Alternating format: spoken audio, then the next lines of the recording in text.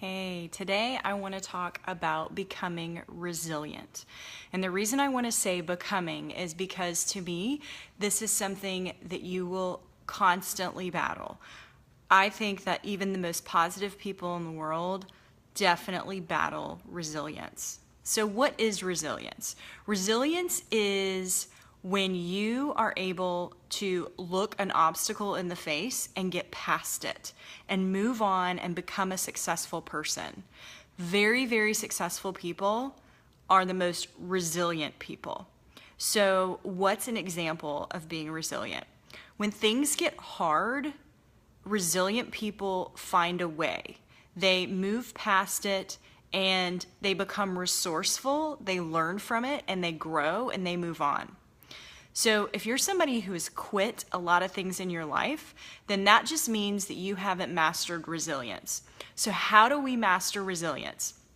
Something a lot of people think is that resilient people don't ever feel sorry for themselves and they never cry or they never have a pity party. And I'm here to tell you that resilient people 100% do those things. They do it in a shortened period of time and they don't stay there. What they do is, I read this book a while ago and it described it so well as below the line thinking and above the line thinking. So below the line thinking is what I believe is very important if you want to be resilient. Below the line is where you might cry. You might throw something. Don't throw it at anyone. You may decide that, the world is against you. You get all of those emotions out.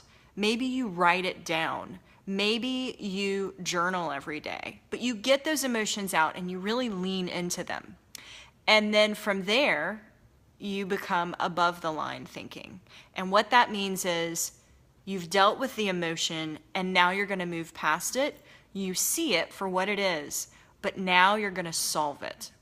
So resilient people take it, they have that below the line thinking moment, and then they look at the opportunity, they say, how could I have anything to do with this? What did I do wrong in this situation? Then they look at everything around them and they become resourceful and they solve their problems. I listen to a lot of podcasts. One of my favorites is How I Built This. And in that, it's pretty much every successful person, every business that you know of, it always starts with something they either failed at or something that didn't 100% go their way, could have been a career limiting move. And then they spend the rest of the episode talking about how they got past not only that, but maybe other things that stood in their way. And it's so funny because it might have been something that took them a year, but on this podcast was 5 minutes. And then they move past it. So are you going to let the things holding you back in your life be a 5-minute brief thing that you talk about? Or are you going to let it rule your life? That's the difference between being resilient and resourceful and being a victim. So today I want you to decide what type of person you want to be and then go out and own that.